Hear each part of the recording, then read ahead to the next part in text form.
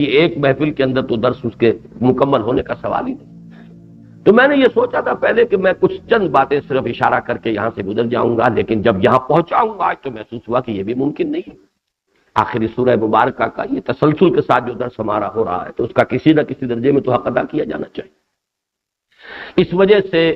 دو کیفیتیں مجھ پر اس وقت طاری ہیں۔ ایک تو وہ جو حضرت موسیٰ کی کیفیت جو تھی خائفا یترقب،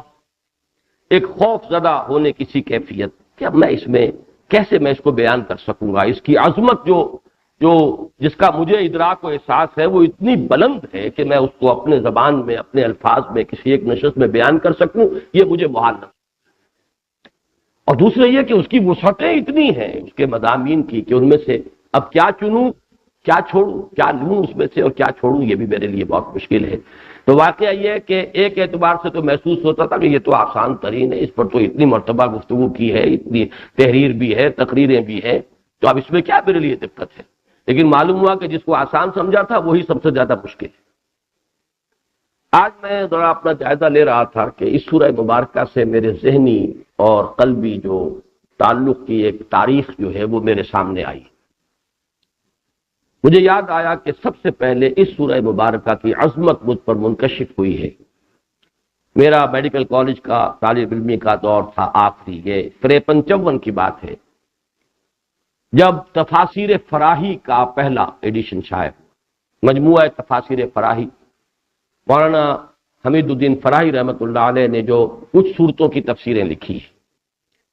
اور وہ سب عربی میں لکھی تھی سوائے ایک سورہ اخلاص کے کہ وہ انہوں نے اردو میں لکھی تھی، باقی سب عربی میں۔ تو ان کا اردو ترجمہ کر کے، وہ ترجمہ تو کافی پہلے مولانا اصلاحی صاحب نے کیا ہوا تھا، لیکن وہ شائع ہوئی ہے مجموعہ تفاسیر فراہی کے نام سے ایک کتاب، یہ کوئی سن 53 ہی کی بات ہے۔ اسی وقت وہ میں نے بھی مطالعے میں آئی، اگرچہ میں نے پوری کتاب پڑھی، لیکن واقعہ یہ ہے کہ سورۃ العصر کی عظمت اور جامعیت کا نقش اسی وقت دل کے اندر قائم۔ حالانکہ سن 51 اور 52 میں جمعیت طلبہ کی 2 تربیت گاہیں ہوئیں جن میں ہی ناظم تھا، دسمبر 51 اور پھر جو تعطیلات گرما تھیں سن 52 کی، اس میں 2 تربیت گاہیں ہوئیں۔ اس میں مولانا امین حسن اصلاحی صاحب نے جن مقامات کا درس دیا ان میں سورۃ العصر نہیں تھی۔ میں نے جو منتخب نصاب بعد میں مرتب کیا ہے اس میں کچھ حصے وہ شامل ہیں، بلکہ اس کا تصور تو وہیں سے قائم ہوا میرے ذہن میں۔ میں وہ اس منتخب نصاب جو کتابی شکل میں شائع شدہ ہے اس کے شروع میں ساری تفصیل بیان کر چکا ہوں کہ مولانا اصلاحی صاحب نے انفرادی زندگی کے لیے رہنمائی کے لیے سورہ لقمان، سورہ فرقان، اس کے وہ حصے جو اب بھی منتخب نصاب میں شامل ہیں، عائلی زندگی کے لیے سورہ تحریم، معاشرتی زندگی کے لیے سورہ بنی اسرائیل کا 3 اور 4 رکوع، ملی زندگی کے لیے سورہ حجرات اور سورہ صف پھر شامل کیے، جہاد اور مجاہدہ، سورہ عنکبوت، ان پر مشتمل ایک نصاب کا درس دیا تھا سن 51 میں، سن 52، لیکن اس کے شروع میں سورۃ العصر نہیں تھی۔ لیکن پھر میں نے جب کام کیا ہے، یہ اب سن 56 کا، مجھے آج بھی اپنے وہ سیدھا اور آپ مل گئے ہیں،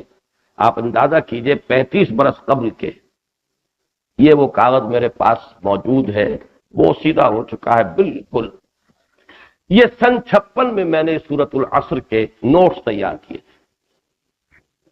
اور جو میں نے کام کیا وہاں منگمری میں جو اب ساہیوال کہلاتا ہے، اور درس قرآن کا سلسلہ شروع کیا، تو سب سے پہلے اس کا نقطہ آغاز اس منتخب نصاب کا میں نے سورۃ العصر کو، پھر جب میں نے وہ منتخب نصاب مرتب کیا ہے تو وہ تو کتابی شکل میں سورۃ العصر ہی ہے، بلکہ میں نے تو اس طریقے سے اسے مرتب کر دیا ہے